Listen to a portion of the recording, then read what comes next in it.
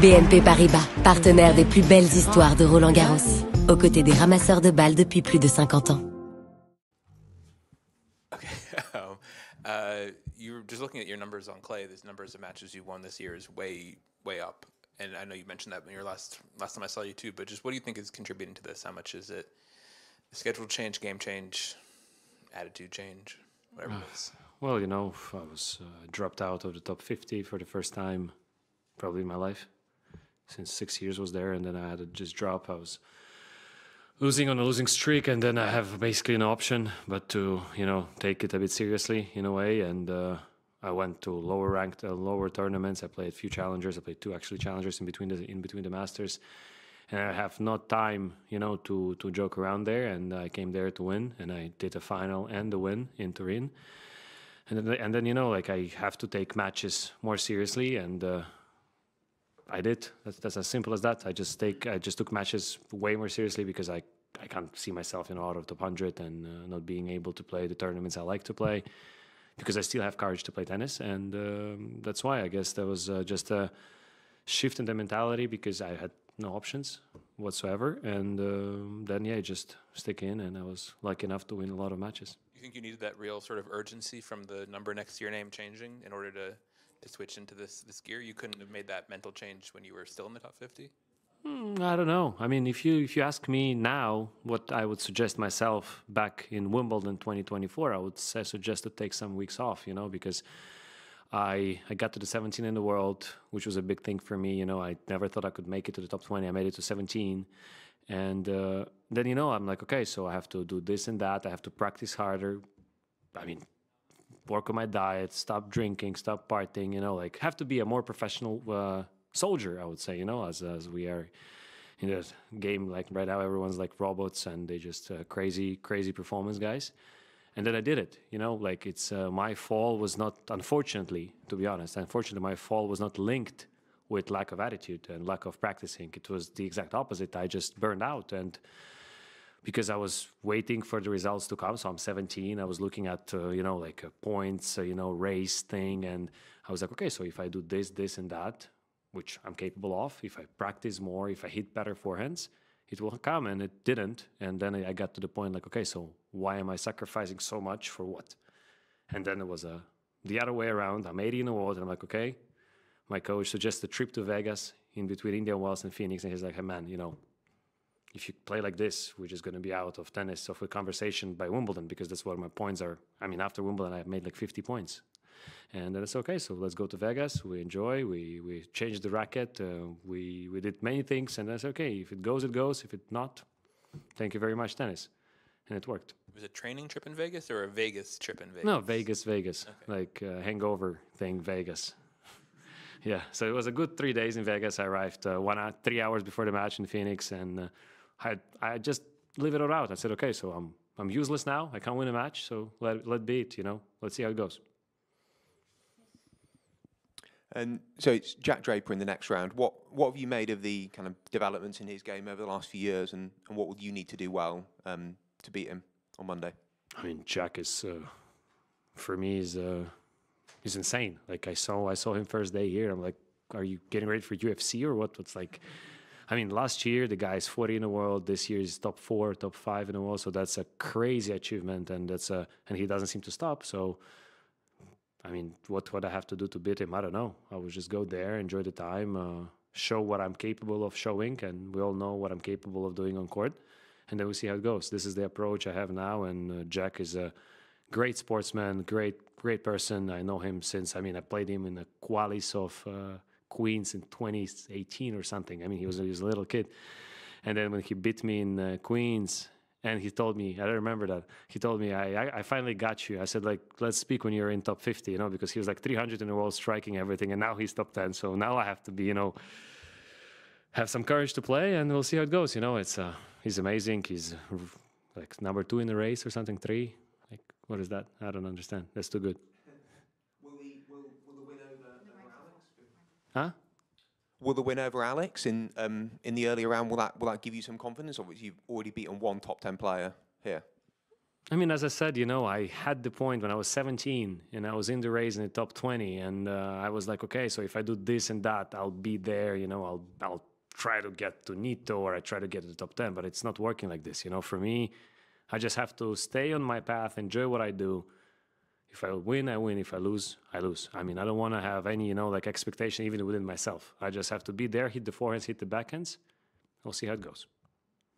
Last one in English. Ciao, well done, congratulations. Buonasera. Buonasera. I'd like to, do you feel that you are different from most players? Not only the way you play, but the way how you approach life, the way you talk even now. I mean, you know all the other players, and so maybe you have good friends, bad friends, I don't know.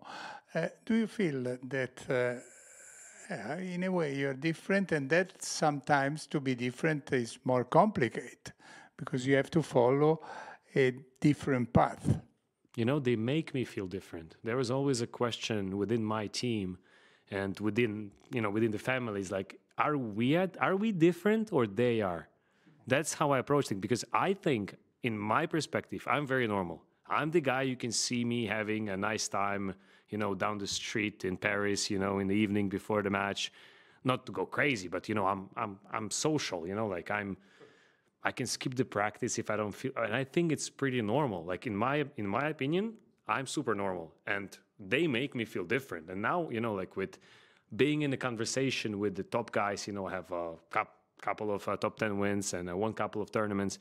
So I'm familiar with those guys, you know, I'm friends with most of the top 10 guys. They make me feel different. I'm like, isn't that normal? If you want to sleep, you just sleep, right? Like, I mean, we're top athletes. I mean, someone is made like 100 million, 25 titles, and he still like wants to go for more. Like for me, I mean, that's not normal in my opinion, but they make me feel like this, and nowadays sport make me feel like this, you know, that I'm different, which I don't believe so, because I think I'm just a normal guy that just was playing tennis and made it. And then I have to get into the conversation, into this, you know, consequences of me not maybe giving out so much, not giving enough sacrifice. I don't know, but do I want that? I'm not sure, but I think I'm pretty normal. But they make me feel like this, to be honest. And no, that is funny. You know, I have my own perspective on what I want to achieve in this sport, what I want to prove myself, you know, within me, what I'm capable of, you know, having reached my potential or not. But in the end, I think I'm very, very normal. Like, I'm a very normal guy outside of a court, which people laugh about, you know, like when I'm speaking to the top guys, they're like, how did you do that? I'm like, what do you mean? That's normal. I mean, you wake up, you know, you do this, you know, you don't feel like practicing. You go still to practice, but maybe you don't give 100% because you're tired. I don't know. But so, yeah, it's a part of me already, and I accepted that, and I try to work my way, you know, in between the amazing athletes, top performing guys, you know, and try to, you know, make my living of it. Okay, so you think you are normal outside of the court. And what about in the court? Because when you play, everyone likes you. I mean, you play clearly different because you're playing in Rome, everybody is supporting you, everybody, when you play another players, they want you. You know, it's a very good question, because I do live my life by the saying that I avoid every fight. So I'm not a fighting person, you know. So, and in order for me to win against the best of the best, and I prove that I'm capable of doing that, I have to find ways to outplay them, because they will outwork me, outrun me. Like, I'm not gonna be able to play 5.5 hours against Jack tomorrow, or when I play after tomorrow.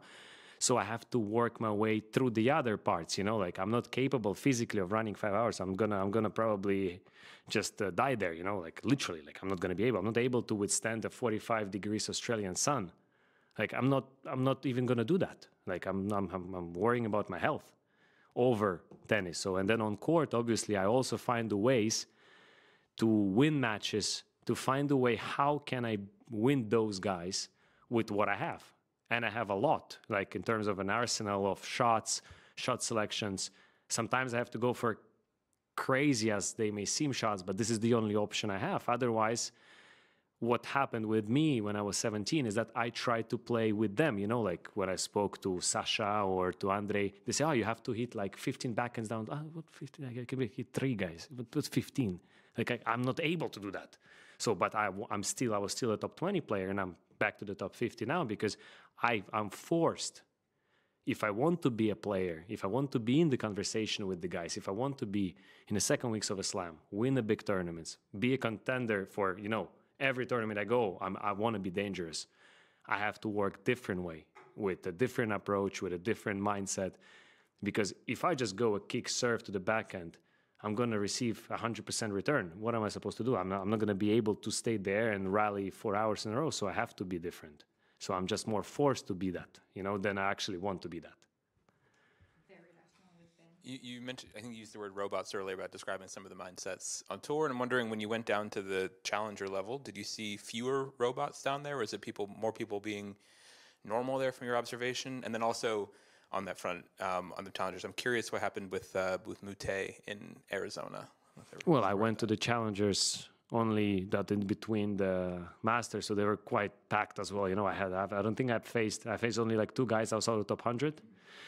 But I mean, in that regard, obviously, like the level there is just lower, simply lower. And me being in the top 50 for 6-7 years in a row, being top 30 for like maybe 2 or 3 years in a row, I still have, you know, I know how to play tennis. So it was not as tough, obviously, like to play, I don't know, Alex. But I don't think that, even there, they're not like normal, if we say like a normal guy who would enjoy a pint of a beer, you know, in the evening. They still try to get the best from themselves. Like even there, even when you see the guys that will never gonna make it, like I can tell them that they're never gonna make it. It's impossible, like because they don't have a skill set. But they still, 9 o'clock in the morning, they're in the gym. My physio is super professional, so he always in the gym. He tells me, you know, like this guy came in 8 o'clock in the morning. This guy came in. I said, why? But what do you mean? Like why?